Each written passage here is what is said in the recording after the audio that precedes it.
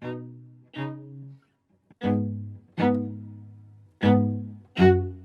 Sandra Hughes-Hassell, and my pronouns are she, her, and hers. And so I want to welcome you to my lightning talk. I want to let you know now I can see myself. I wasn't able to see myself, so I didn't know I was ready to talk. I'm going to start by telling you a little bit about myself.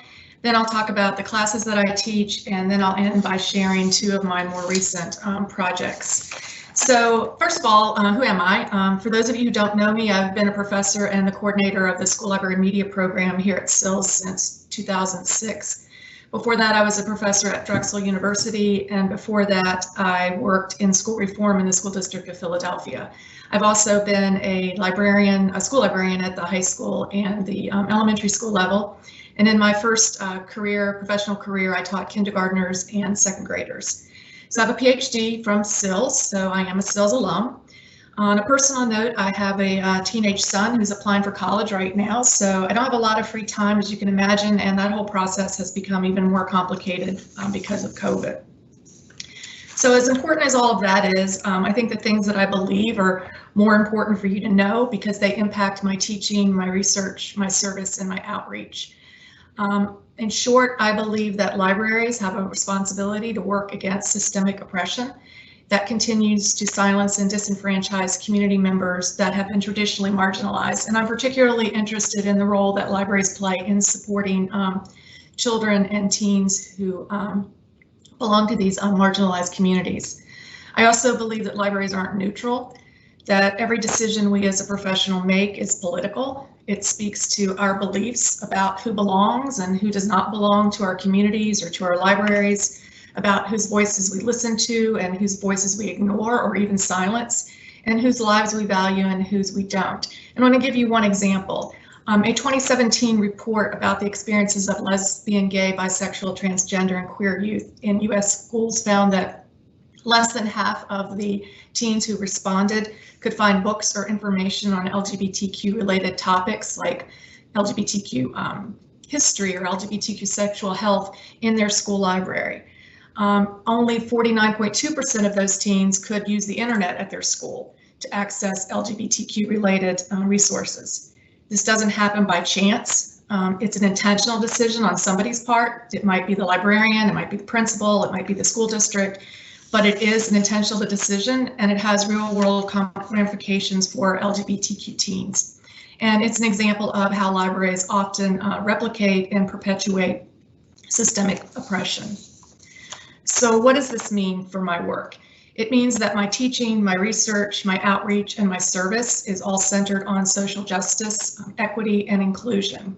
So I'm going to share a few examples with you of what that might look like. So first, I'm going to start with a service example.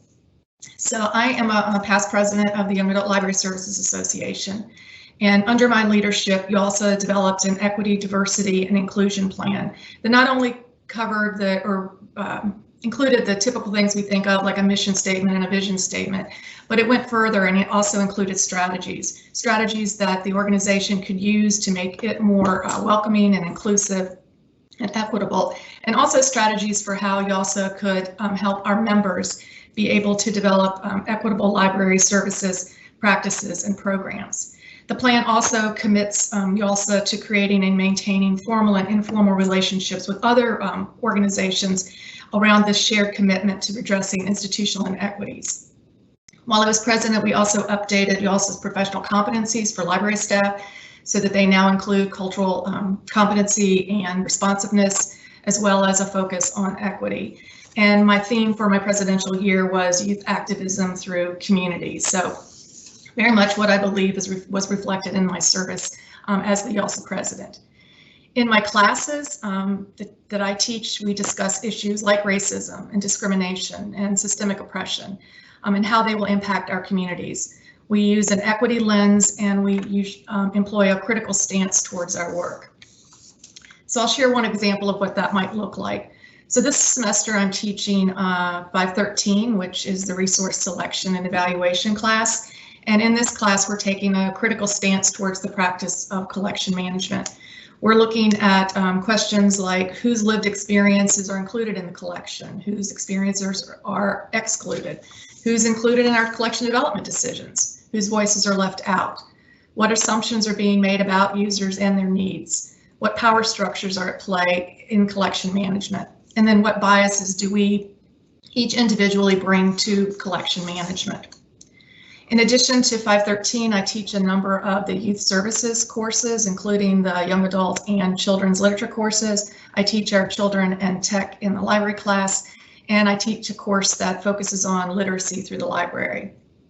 I've also developed 2 courses specifically focused on anti-racism, equity, and inclusion. The first one is specifically designed for students in our youth services track and includes a service learning component. And I developed that course in conjunction with Katie Vance, who is a SILS alum. The second course is designed for students who want to work in academic libraries, public libraries, archives, museums, or other types of information settings. And in both of those courses, students develop a theoretical base in critical race theory and other cross-disciplinary theories and conceptual frameworks.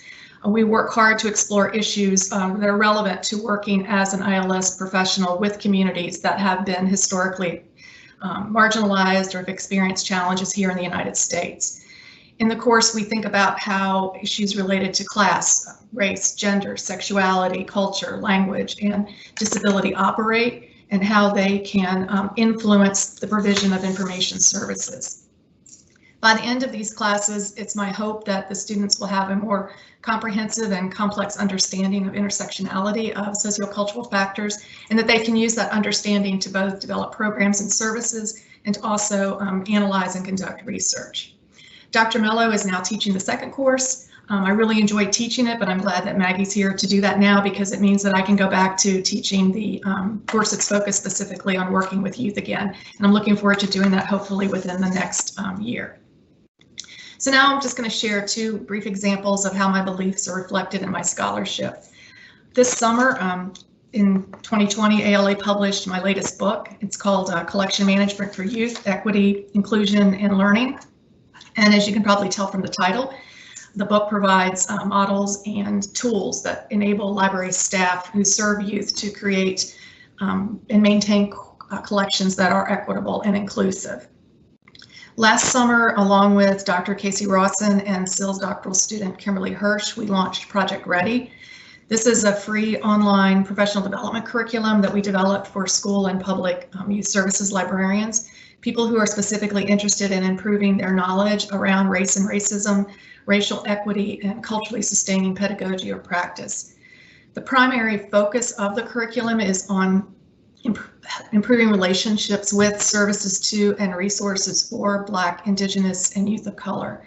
The project was funded by a grant from the Institute for Museum and Library Services, and we're really happy to see that it's being used by libraries across the country. And if you'd like to check it out, you can go to ready.web.unc.edu.